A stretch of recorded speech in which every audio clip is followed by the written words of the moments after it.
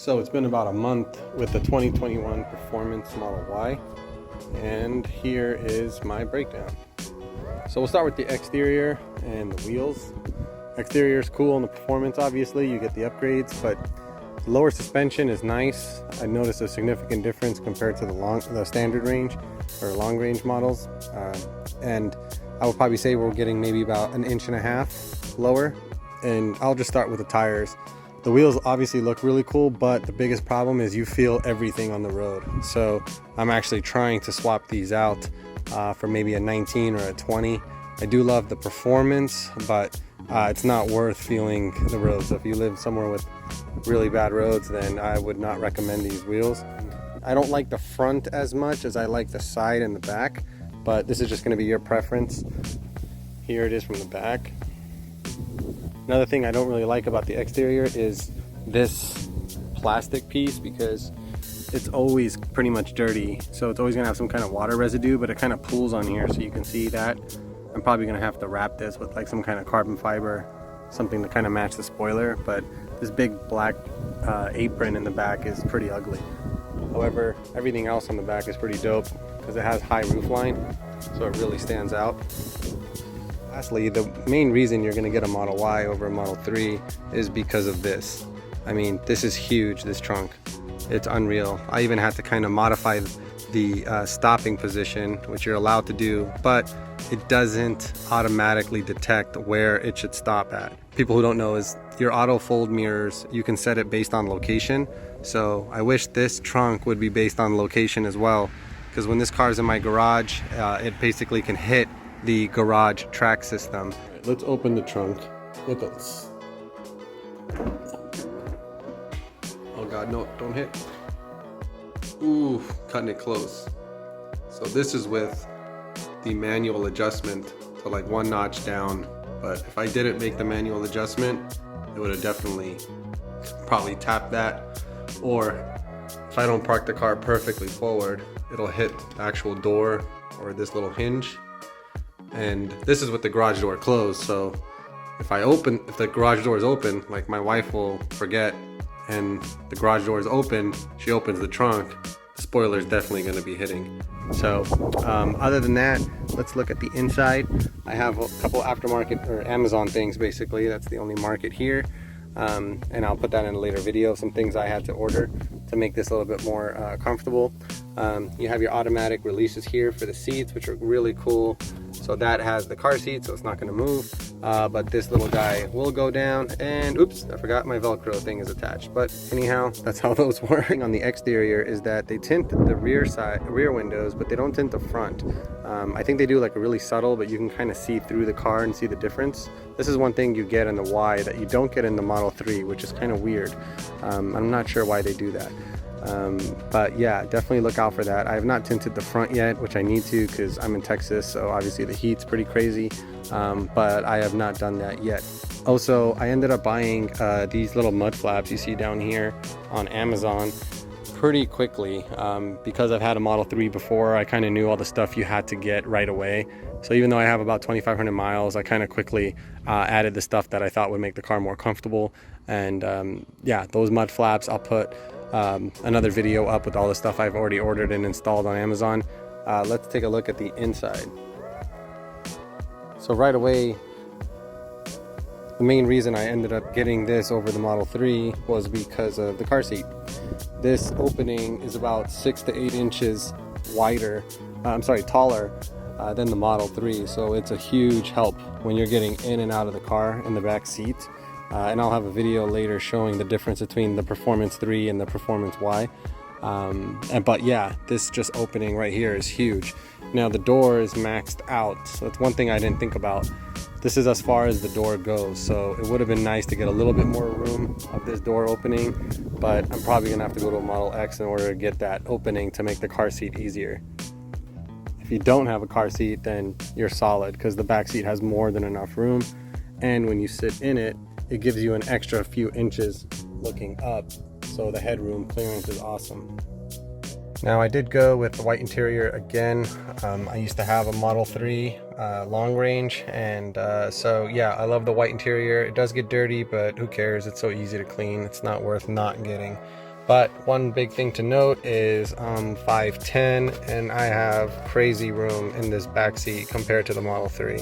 So my knee has maybe about probably 4 or 5 inches of extra room, and this driver's seat is my positioning, so it's more than enough. You even have this little area because the seats are on 4 or 5 inch risers, so that's why you have an area to kind of put your feet under for longer road trips. And then because it's a Tesla, there is no transmission running through the center of the car, so it's more of like a bench or a platform here. And you'll see a couple aftermarket things I did put in already, but I'll put that in another video. Here is my car seat, and the car seat fits perfectly. Even if you wanted to bring the armrest down, you could. Let me grab it here. I never sit back here, so that's why. So yeah, really nice wide armrest.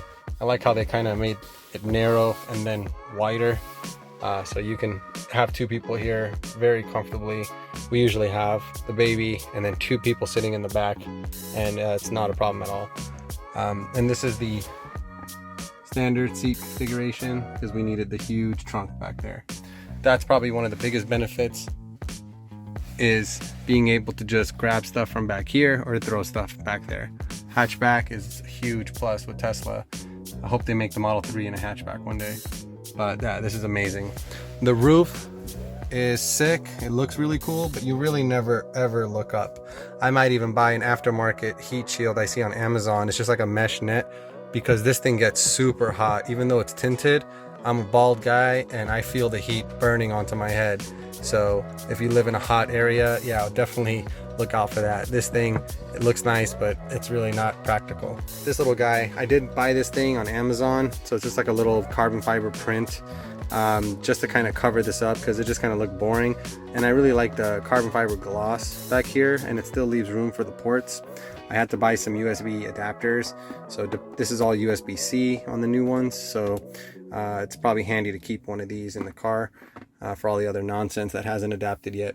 But the back seat, yeah, huge plus. I mean, you gotta really be into the back seat if you're gonna buy a Model Y over the Model 3.